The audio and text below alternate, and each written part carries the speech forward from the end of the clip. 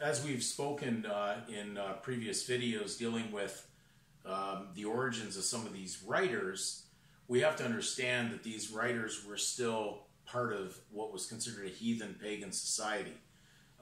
We know that these writers, of course, were published with a last name, which should give you a clue, as we spoke about Webster, which definitely breaks down the origin of that surname. I'm certain that Noah Webster knew what he was doing when he was participating in the secular world at the time, and then producing a dictionary, and then basically mixing the legalistic world in with still natural, spiritual, good words.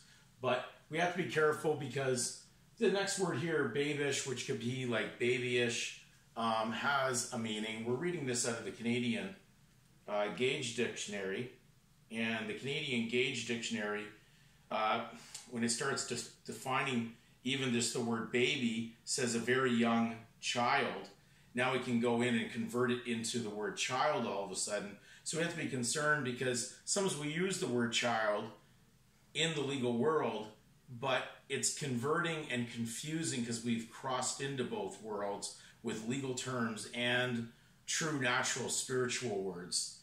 So when we go to babyish, or what we call here babish, it says like a baby. Childish, silly.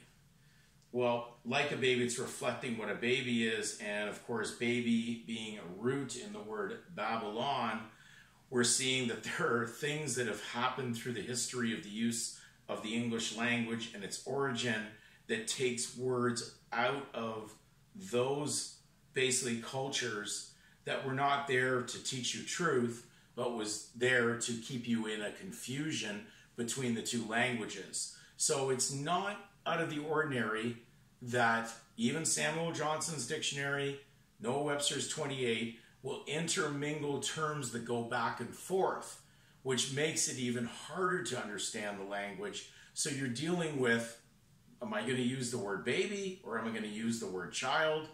Makes it difficult.